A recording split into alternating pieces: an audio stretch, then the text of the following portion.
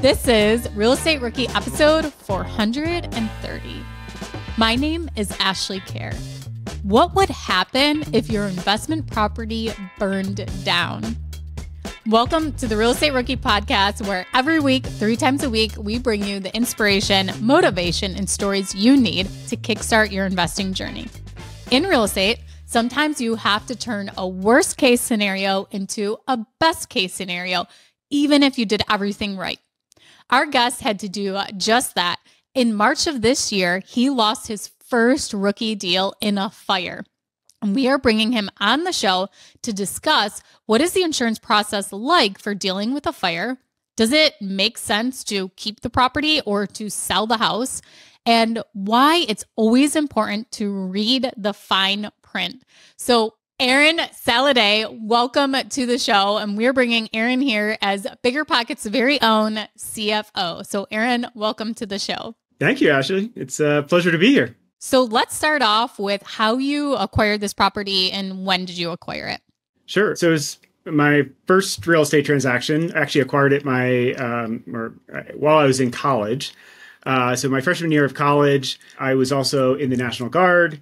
9/11 happened and I was attached to a special forces unit. I was deployed for almost a year to Afghanistan. Upon coming back from deployment, one nice thing about being deployed is you really don't have, expenses. Most of your expenses are covered. So I was able to save up quite a bit during that deployment, came back and said, well, where should I invest? And real estate seemed like a logical, practical investment to make versus paying rent. So at that point in time, came back, talked to a realtor. At that point in time, I think that was before Zillow even existed. So they would send me emails of listings. I asked for the cheapest property in town because I wanted to be able to pay for it and not actually even have mortgage insurance. So I was looking for, a deal that would make sense out of the gate, not from investment purposes where I'd rent it out, but just so that I would live and not pay rent at that point in time. So I acquired that property in 2003 and owned it for 20 plus years. Well, Aaron, first of all, thank you very much for your service. I want to, first of all, you mentioned 2003, and I bet you're going to tell us the purchase price of this property, and everybody's going to groan like there's no way you can buy a property even close to that now, and you've held it for 20 years. So I'm sure the value definitely changed on that property. But what was your purchase price? And kind of give us a little description of what the property was like, bedroom count, square footage, etc. Sure. So as I mentioned, I asked for one of the cheapest properties in town. At that point in time, I paid $125,000 for a 2-bedroom, 800 square foot property, 1 bath. Actually had a nice yard, nice garage, quiet neighborhood. It was a good deal. What was interesting at that point in time, interest rates had just come down from, I think it was like 7% to 6.5%. So I thought I was getting a great deal at 6.5%, which is kind of funny because interest rates are now back at those same rates, and individuals thinking they're not getting a good deal. Well, the deals still worked out well, and it did appreciate very nicely since that point in time. Probably the other component that would be surprising is I didn't use a VA loan. So I looked at using a VA loan, but as I mentioned, I didn't want to have to pay. With VA loans, you have to actually pay a little bit incremental to insure the loan. And it was actually cheaper for me to do a conventional loan and not have mortgage insurance. So I wanted to find a property that I could pay enough for the down payment to not have mortgage insurance and have a cheaper payment per month, as a starving college student at that point in time. So now let's fast forward. What happened with this property in this past March? Yeah. So, after, owning the property and having, pretty good rates of success with tenants earlier this year, I had a house fire in March and largely destroyed, most of the property, something that I'd not dealt with ever before or really knew how to deal with. So I was kind of notified abruptly during the day by the fire department, where, a call saying, hey, I just want to let you know that your house was destroyed in a fire, and here's the current situation. Here are next steps, and I was like, oh, okay. So now I got to figure out what do I do? Because it was largely a passive investment at this point in time. It was fairly easy to manage. Now I actually have to take an active role and figure out what do I need to do from an insurance standpoint, from a restoration standpoint. Do I sell? So there's a lot of that went into the decision calculus of kind of where I ended up. Yeah. So do you even know what happened to cause the fire or why it all of a sudden burned down? Yeah, so it was an electrical fire. It started near the tenant's computer system. So my assumption is something got overloaded. I think he had a pretty sophisticated gaming computer that probably got overheated, but unclear what exactly caused it outside of his electrical fire. And the fire department said it was accidental. Yeah. Which actually was really helpful when we got to the insurance process. Yeah, and I'm curious to dive into that because it's not only your property, but also the tenant's belongings in the property and to how that whole process works out. So what was your reaction when you received this phone call? And you're self-managing this property, correct? That's right. Okay, so what's the first thought that goes through your head when you get a phone call saying the property is burned down? Is it, I need to get over there right now? Is it, this is who I need to call? Or what was kind of that initial reaction? Well, look, my first reaction is the tenant okay? Is he okay? What was the situation? I was, it's an unfortunate accident situation for me, but it's devastating for the tenant. That is so true. And it's their entire life. Everything the tenant had ever owned. The tenant, was somewhat introverted and actually spent a lot of time at the house. Mm-hmm. And he actually had lost two animals or pets, two cats in the fire as well. Wow. So, my first thought was, how's the tenant doing? Yeah. What can I do to help the tenant? In the back of my mind, I'm thinking, okay, what are all the other logistics that I have to do as a landlord? But I wanted to make sure the tenant was okay first. Yeah. And then let's go into that logistically and I guess legally, what are you actually responsible for when, the tenant has no place to live? Is it now your responsibility to put them up into housing? And does it depend what your lease agreement says? What was kind of your first step to help the tenant and whether you were actually obligated to or not? So I'm not a lawyer. So as far as legal obligations, I didn't probably check that box. That being said, in my lease, I do mandate that they have renter insurance, and my tenant did have renter's insurance. So he had reached out, and that was when I was able to connect with the renter. He had reached out to his renter insurance company. They had actually wired him funds over immediately to be able to cover the cost of a hotel or an outside residence. So that process worked out pretty well. Mm-hmm. But again, it's going to be dependent upon that tenant's renter insurance policy. As we kind of move forward in the next few weeks, I was proactive in getting the tenant his security deposit back as quickly as possible.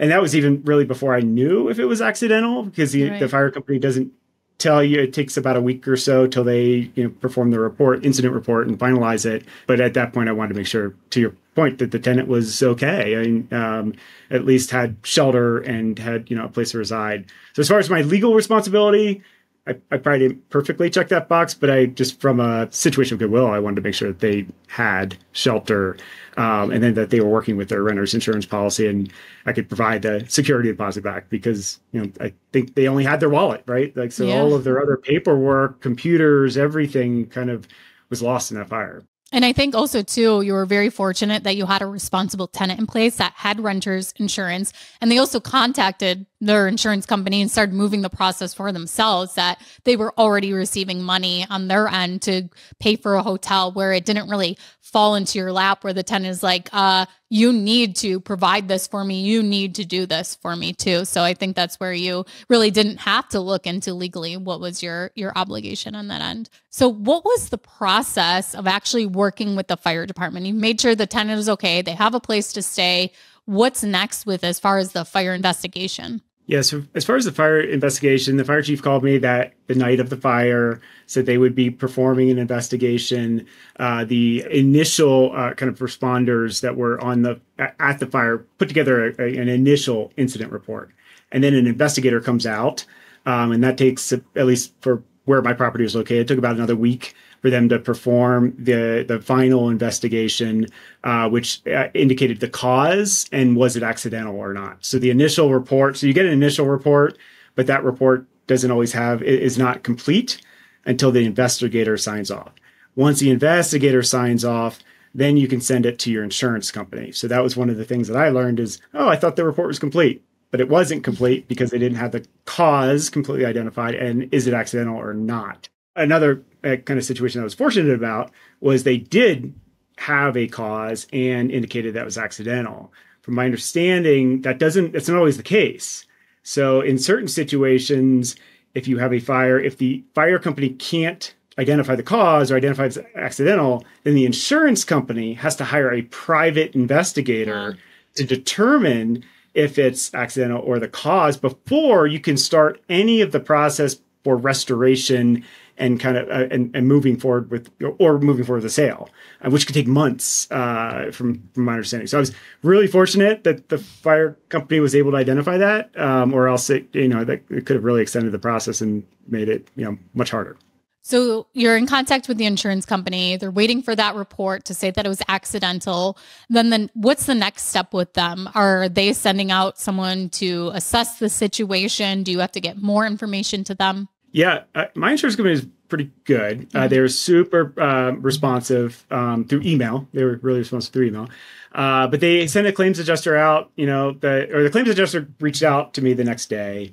I think was on site within 3 days to just kind of take some initial pictures and assess the initial damage, and then had come back several times after that to go through and put together essentially a quote of what they, determined the damage would be. In tandem, there were also numerous restoration companies reaching out to me who wanted the job. Yeah. So one of the probably biggest lessons learned for me is they're kind of fire chasers and not ambulance chasers, but fire chasers, where these restoration companies and they just start inundating you with calls. I had, well over, 12 plus restoration companies reaching out to me like they wanted this job. Yeah. And it, it's kind of a tough time. There's so much going on. And then it's like, okay, how do you work with them? What's the process?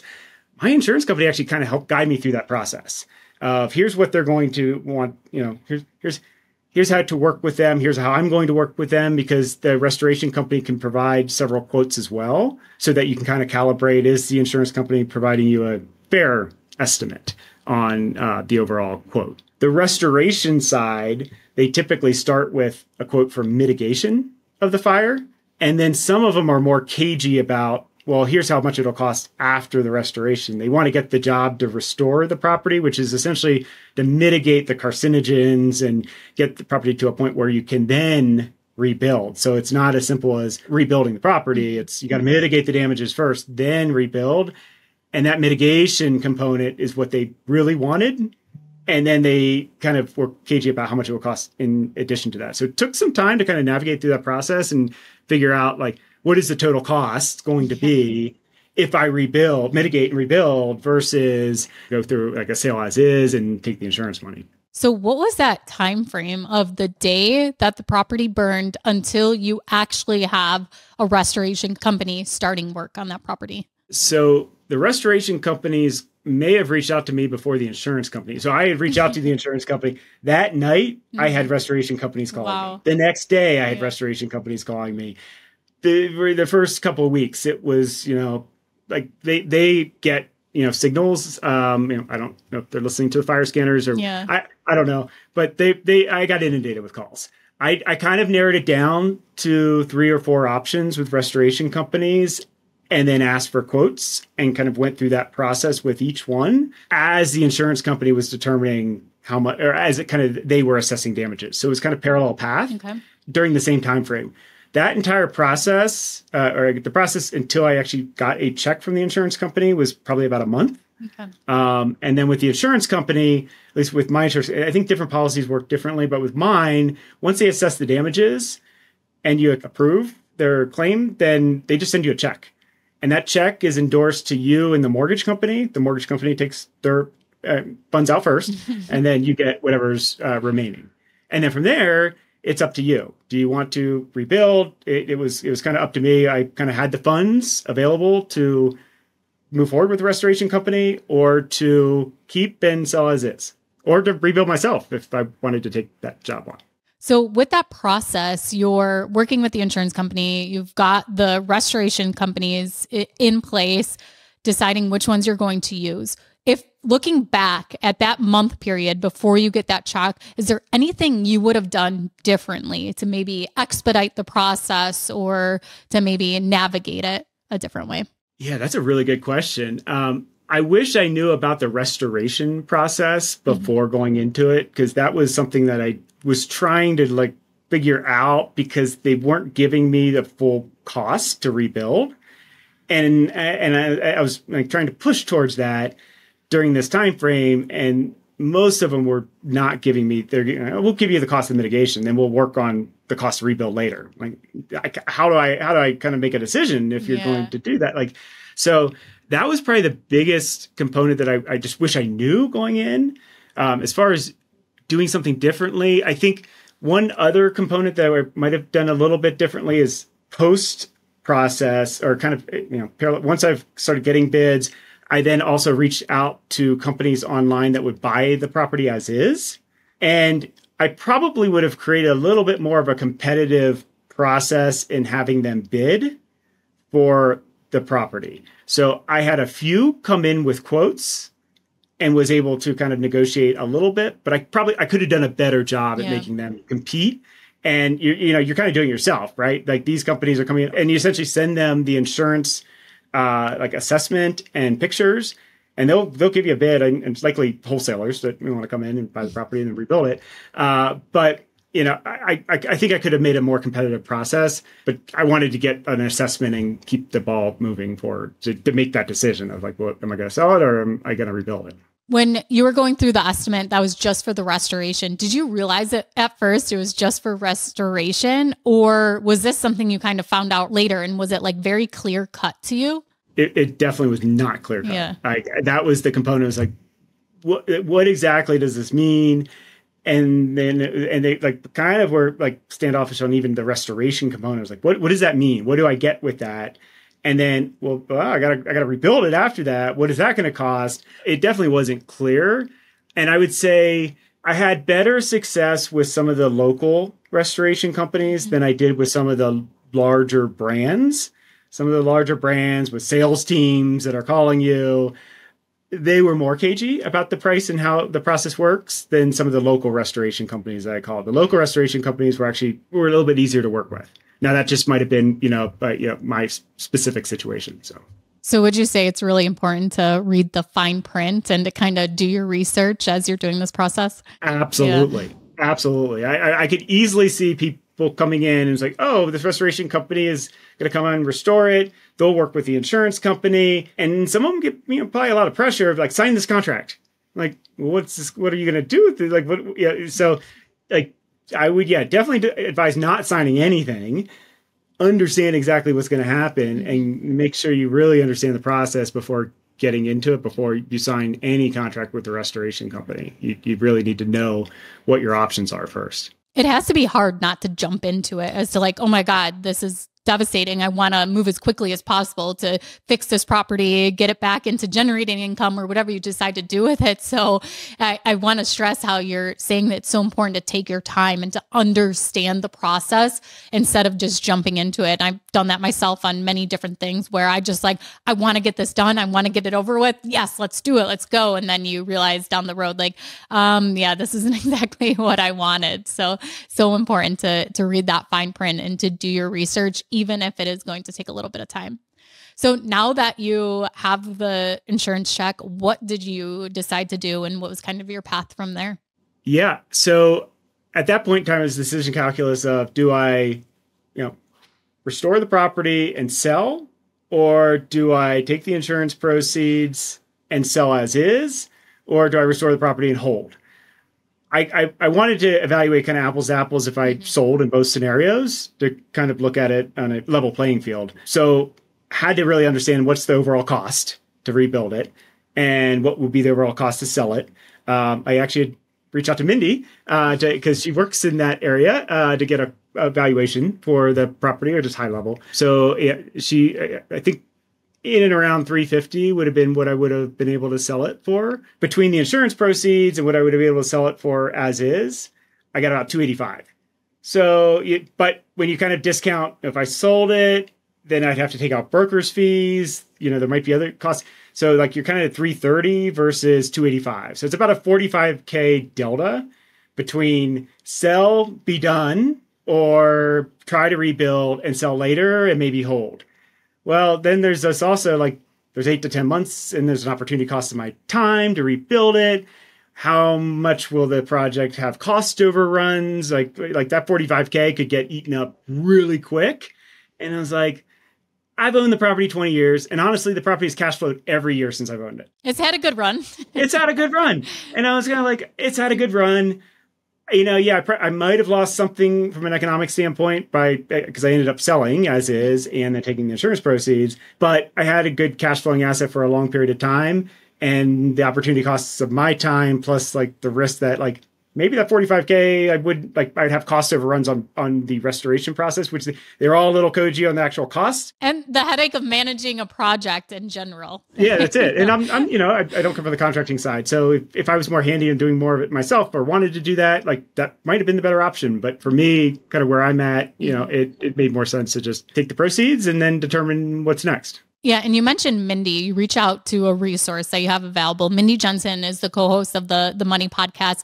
She's also an agent. And I think that was a great tip that you reach out to somebody who is knowledgeable in that market that can give you a sound piece of advice or data as to here's a way to help you make your decision. So you can go to BiggerPockets.com/agent finder to find an agent to kind of help you through this process if you need to make that decision of what can I actually sell this property for as is or after I restore it too. So that I think was a great piece of advice is to rely on your team members and your resources too. And that being said, I actually used quite a few BiggerPockets resources. Like when this initially happened, I got in the forums and like asked a bunch of questions and I was like, hey, what do I do? What are my options here? So I got some really good responses from the forums. What are the tax implications, which I think we'll get into, but like the cost basis with how does that work when you sell as is plus have insurance proceeds, to depreciate it because I've had the asset for a long period of time. So there's a depreciation recapture.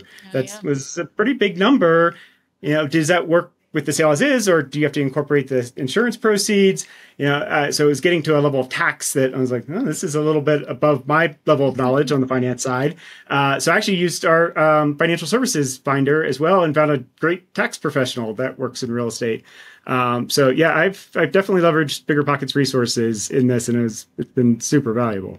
Yeah. And the link for that too is BiggerPockets.com/tax finder. If anyone else needs to ask some tax questions for maybe a situation they're in or looking for a new accountant, CPA, or bookkeeper too. Okay. So you mentioned a little bit to us of the pros and cons of doing the sales process. You reached out to your resources and things like that. What about going any other route? Did you look at doing maybe a 1031 exchange, talking to a wholesaler, things like that? What are some other options that were available to you selling the property? Yeah, so I'm still evaluating the 1031 exchange, but it works a little bit different. One of the things that I learned with this situation is it's actually a 1033 exchange because it's an involuntary conversion of your property. Interesting. So at 1031 exchange, you have a limited time frame where you have to buy a like kind asset and you have to have a qualified intermediary. With a 1033, you don't need a qualified intermediary, and you have up to 2 years after filing from a tax standpoint. So you have a very long time frame to be able to reinvest or to reinvest in a different asset, like kind of asset. What actually qualifies for this? So your property burned down, is that one of them? And what are some of the other qualifications? I haven't dug into other scenarios that would happen, but essentially anything. I think one of the other scenarios is if the government were to take your property, whereas there's an involuntary conversion from that standpoint, due to they're building a highway or something, you have to sell to them or something. Yeah. And I think that was the catalyst for the tax rule initially was, eminent domain and being able to take the property. But if you have a situation like this, from my understanding, and again, I haven't filed taxes for this year, but from my understanding, talking to tax professionals, is I can submit a 1033. Which is an involuntary conversion of the residence, which is really nice because I will likely reinvest these proceeds into a like kind asset, so I don't have to pay the tax. on these proceeds. And that's, something that I'm kind of evaluating, but I can passively evaluate and wait for the right opportunity versus in the 1031 side, you're kind of like locked down to making a decision quicker. Yeah. And then you may not get in the right, the right asset to parlay that into. Okay, awesome. What about any other routes when looking into selling? Did you kind of go into, was wholesalers maybe one? Well, so I sold the property as is, and I think essentially a wholesaler did buy it. They didn't specifically say they were a wholesaler, but they either were buying it to restore it themselves or they sold it to a wholesaler. I thought they actually offered a really fair value. That process was actually much easier than I was expecting. So maybe just to walk through that process, I was kind of surprised. So I reached out to a few companies online that said that they would give me an offer, essentially with just pictures and the information from insurance. And then there's a 3 to 4 week due diligence period. So I kind of had a couple different quotes come in. The company I ended up going with, they were able to actually close in 2 weeks. Wow. So from the time I signed, the initial agreement to the time we closed, it was a 2-week process. There's no closing costs. So there's no realtor fee. There's no any other. There's a title company fee, which they covered. So, from that standpoint, it was like, there's no costs. I get, that check and that's an immediate, cash in my pocket. So it was actually a pretty smooth process. I was kind of expecting, where's the gotcha? Like even when they sent over the initial purchase agreement, I was like, I had a good friend of mine who's an attorney kind of look over it, but it's not your typical purchase agreement that's written by a realtor. Right. It's a wholesale purchase agreement that's, it's like, is this going to hold up in court? I don't know. But then I was like, at the end of the day, I'm like, what's the risk on my side? Like they're paying me for the property. Like, if they don't close, then you go into somebody else. You're right. So I was like, it's like lower risk. So I was like, let's move forward. And it did. It worked out really, really well. So what was that time frame of the house burning to actually closing and selling the property? How long was that? It was about 45 days from start to finish. So I'd say it was from the time the property had that incident to the time I closed and sold the property, it was about 45 days later. It was about 30 days after the incident occurred when I collected the insurance money. So it's maybe another 15 days to collect the remaining amount. So it was a pretty quick process. And then let's talk about the numbers on this. What did you actually end up selling that property to the wholesaler for? So it sold it for $116. And you had originally bought it for $125. It's comical, right? Yeah. And then what did you keep from the insurance check after the mortgage was paid off? Yeah. So I had done a cash out refinance on the property. Okay. So, from the mortgage, I kept maybe 20, 30K from that. Okay. Yeah. Because I done the cash out refinance to purchase other things. But okay. So have you actually sat down and worked out the numbers of if this property was alive and well and you sold it today, would you have made a lot more money on that property than if it would have burned and how you had to sell it? If I didn't have this incident, I think the calculus is about 45,000. Like if without the time, cash outlay. So let's say this incident didn't happen. I could have sold it for $350-ish, less brokers fees, about $330. So I think between the two options is about $45,000 difference. But like the time and potential cost. Well, especially the time to rebuild and to do the restoration, that too. Yeah, exactly. To not have to deal with it. Yeah. Well, as much as this was an awful situation, especially for your tenant, the last thing I want to touch on is the insurance. So has that affected, or do you even know that if you would have held on to the property, kept it as a rental, would this have increased your premium on that property? Possibly. Yeah. Possibly. I don't know because I didn't hold the property to find out. Insurance is based on actuary math, and they're going to use that to adjust your premiums over time. I can tell you from other properties that I've owned, insurance rates are going up. And I have another short-term residence that's in the mountains, and there's a lot of wildfire danger, and that the insurance premiums have doubled. Yeah. So I would have expected it if it didn't go up immediately. It's going to go up over time, and if you have the more claims you have, the more it's going to go up. Claims are just going to increase it more, I would think. Yeah. So that's just something else to watch out for. And I think probably that your tenant had insurance in place that you didn't they didn't try and come after you to cover their, personal belongings, to get some kind of money from you to cover their hotel expenses and things like that. And it's just that extra layer of protection for yourself that you don't have to deal with your tenant now coming after you, whether it's their right to, or they have a claim to do that. It's still going to be a headache against you of, first of all, feeling bad. This tenant has nothing now.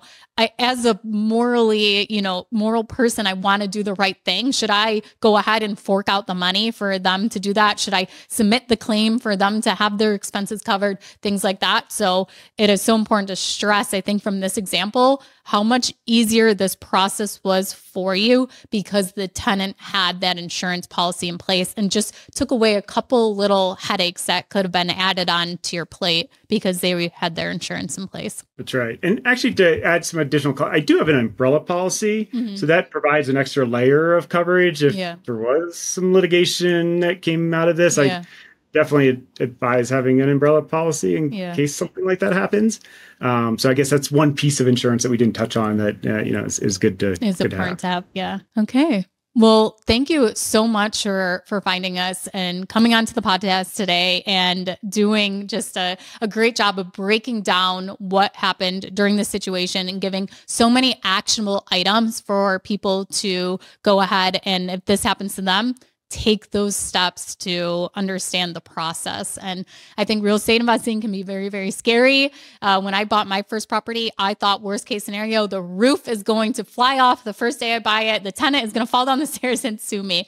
So hearing stories like this, where you actually took a worst case scenario and made the best of it. And here's how someone else can kind of go through that process too. So thank you so much for taking the time to share this with us. Sure. Absolutely. Yeah. It's been my pleasure. Thanks, Ashley. Yeah. And so you can find Aaron on BiggerPockets.com. You can reach out to him to find out more information about this property or maybe the other deals he has going on. We will also link his information into the show notes. Make sure you check out the Real Estate Rookie Facebook group. And if you haven't already, make sure you're subscribed to our YouTube channel. I'm Ashley, and thanks so much for listening to this episode of Real Estate Rookie. This BiggerPockets podcast is produced by Daniel Zarati, edited by Exodus Media, copywriting by Calico Content. I'm Ashley, he's Tony, and you have been listening to Real Estate Rookie. And if you want to be a guest on a BiggerPockets show, apply at BiggerPockets.com/guest.